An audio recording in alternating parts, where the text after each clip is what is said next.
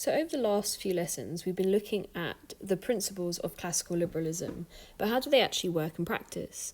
So essentially, these liberal ideas, prioritising the individual above all else, led to London actually becoming the richest city in the world in the 19th century. And this was due to its advocacy of capitalism. So the fact that individuals weren't restricted in how much money they could make. You had individuals having monopolies. You had wholesale trade across the entire British Empire as well. And this was partly due to the strong belief in laissez-faire economics. So laissez-faire means to literally leave it alone. And it's the argument put forward by Adam Smith in The Wealth of Nations, which he wrote in 1776. And essentially in this, he was advocating that the government should not get involved in the economy, that the economy is best left alone.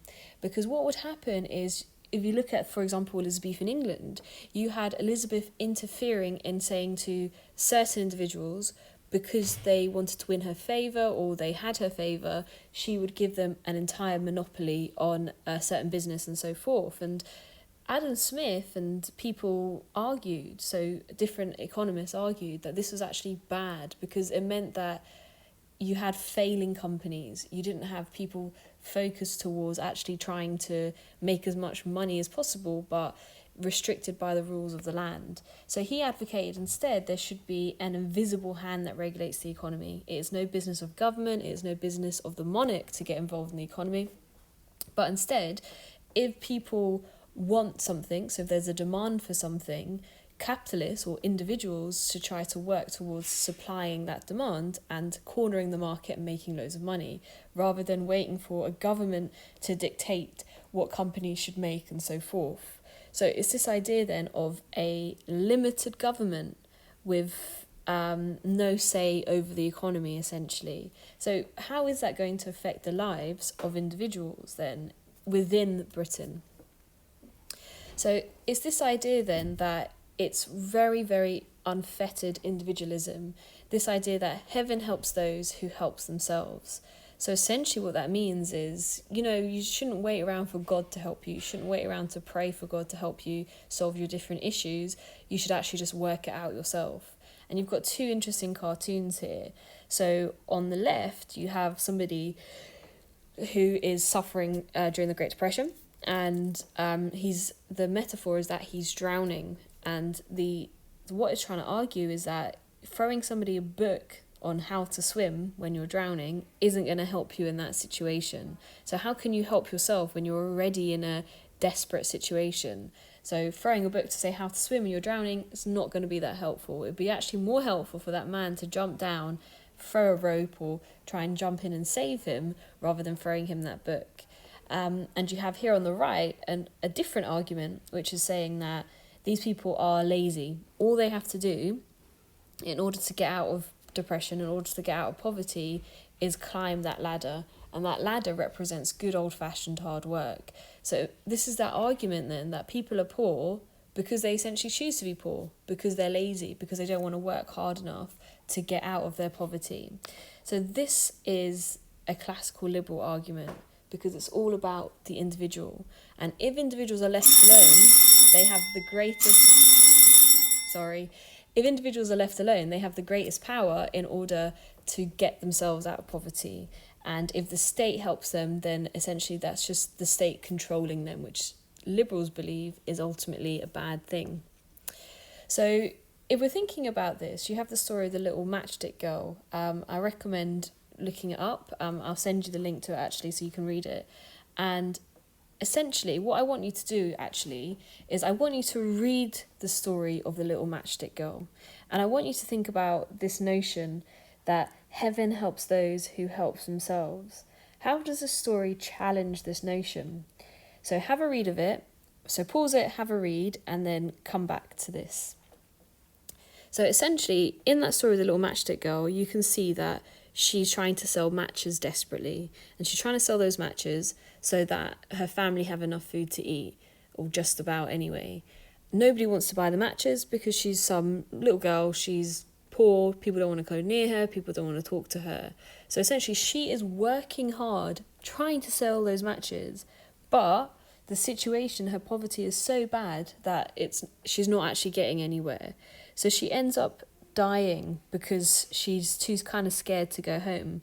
And we might look at this and be horrified by this story, but actually, if you look at the context in which it's written, what it's trying to say is, she ended up dying, but that's what poor people should do. Just quietly go into a corner and die and not bother anybody else about it. So it does challenge that notion, though, because she was working hard and she didn't have any success either. So was the little match girl just a fantasy?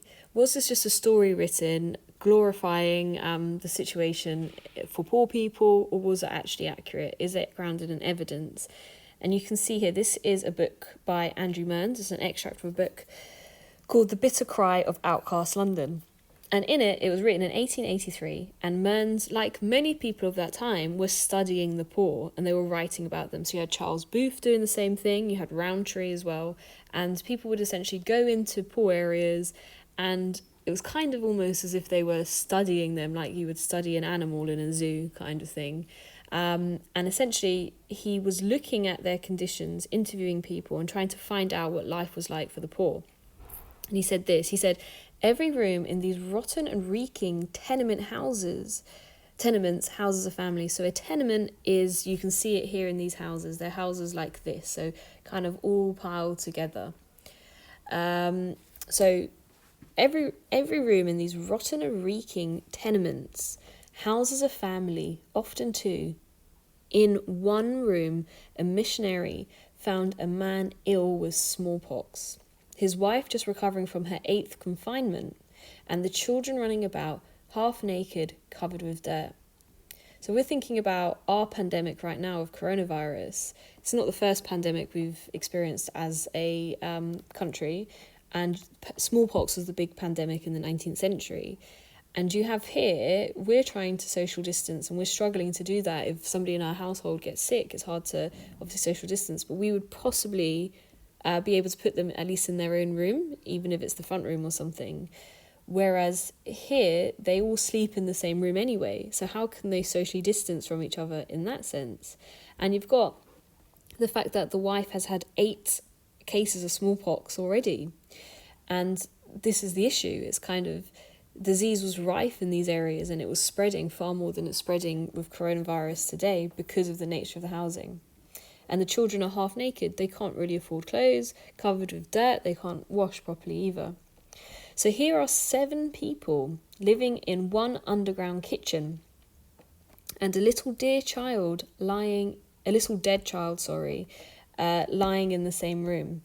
So you have 7 people living in a kitchen, which obviously is not very hygienic, underground, so there's no light as well, no natural light. So just a really poor and desperate situation, and there is a dead child in the same room. And essentially, if we carry on, so elsewhere is a poor widow, her 3 children and a child who had been dead 13 days.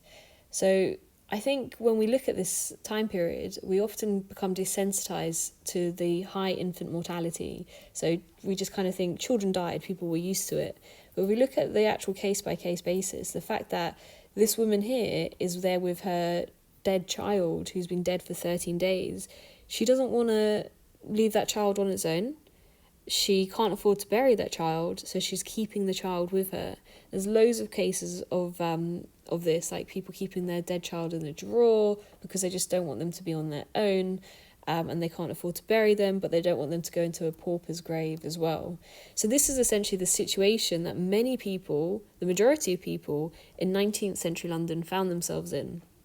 So for classical liberals, however, their approach to this is work harder. If you want to get out of the gutter, you just need to work harder. So life expectancy in this time, in the 19th century in Manchester, for a labourer, so somebody working in a factory, was 17. For a gentleman, was 38. So obviously, this is a time when medicine wasn't what it is today, so still 38 is quite a young life expectancy, but you can see the difference between the rich and the poor.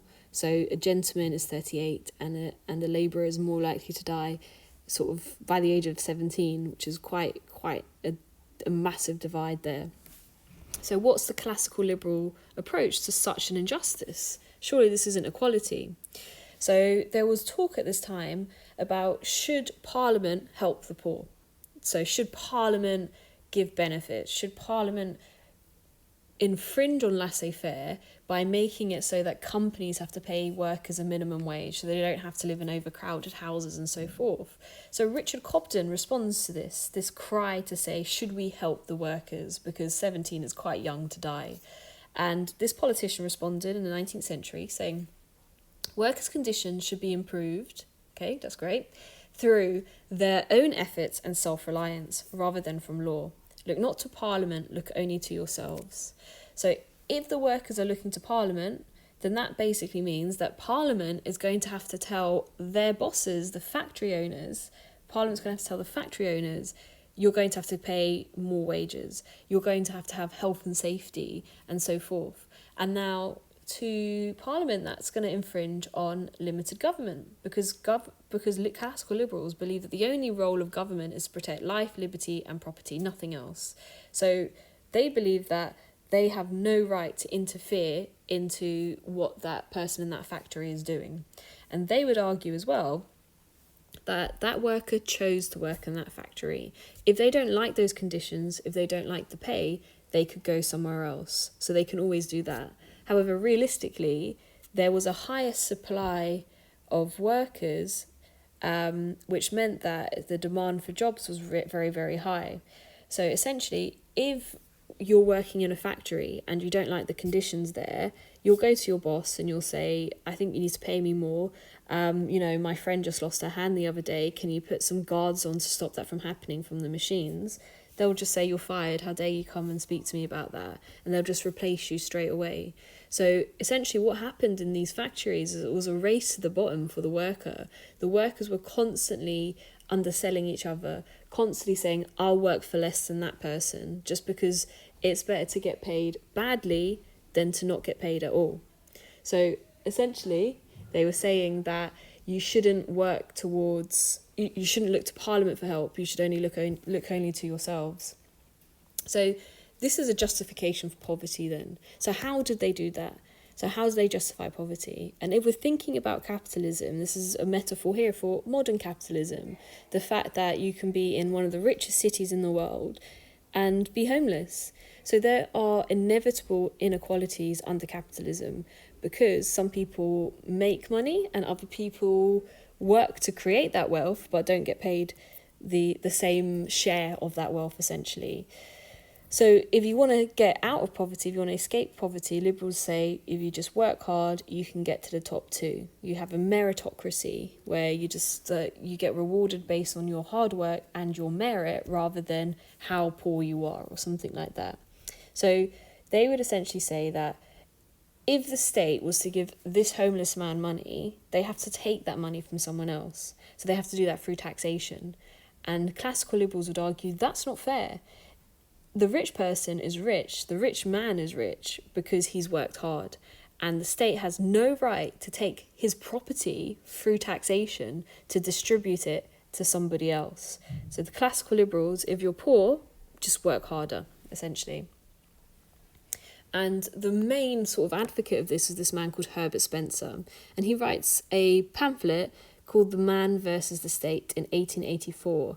And now this 1880s is a very crucial time because it's a time when you just kind of have the emancipation of Catholics. You start to have changes in the UK, which are essentially looking like sort of the Tory one nationism about we need to do some sort of poor relief from the state. It's not enough to rely on charity. And there's this argument that everybody's a socialist now, and somebody in 1888 actually remarked on that in Parliament, saying we are all socialists now, when it was talked about trying to have health and safety reforms. And this man here, Herbert Spencer, was a massive critic of that. And he actually defended laissez-faire, so defended those huge inequalities that came out of laissez-faire through Charles Darwin's The Origin of the Species. So essentially, The Origin of the Species by Charles Darwin is talking about species. It's talking about animals, humans, and so forth. And it talks about the process of natural selection. Now, if you actually read The Origin of the Species, natural selection isn't survival of the fittest, it's the survival of those who can adapt. So, for example, you had bears in the Antarctic, but what happened was, because the bears were brown, they ended up getting spotted very easily in the snow and then killed very easily. So there was a mutation which meant that some of those bears came out white, and because those bears came out white, they were more likely to survive because they could adapt to the environment, because they were more camouflaged with the snow and so forth. And it just ended up being that mutation, that white bear, ended up breeding more, ended up surviving more, and then that's how you have evolution. So it's just about adapting to your environment. But Herbert Spencer looked at this a bit differently. So what I want you to do is read the text and think, what are Spencer's concerns over increased government reforms, and how does he justify poverty? So pause it and read that text. So essentially, Herbert Spencer argues that people who are best suited to survive rise to the top. So he talks about the less fit being at the bottom. So instead of it saying survival of those most suited to adapt, instead he's arguing it's actually survival of the fittest. And this is just God's work. You have it where those who are more talented, those who are more superior will become the best, will become the leaders in society, and those who aren't will be poor. So he's arguing that they're actually genetically different. So the rich people in England at that time were just born better than the poor people. That's why there are inequalities of wealth. So it's an inevitable thing that's going to happen. And it would be actually really wrong, he's arguing in this classical liberal standpoint, to intervene with that, because you're intervening with God's plan, essentially. So the rich white men who are at the top are just at the top because they are better. So the government should not intervene.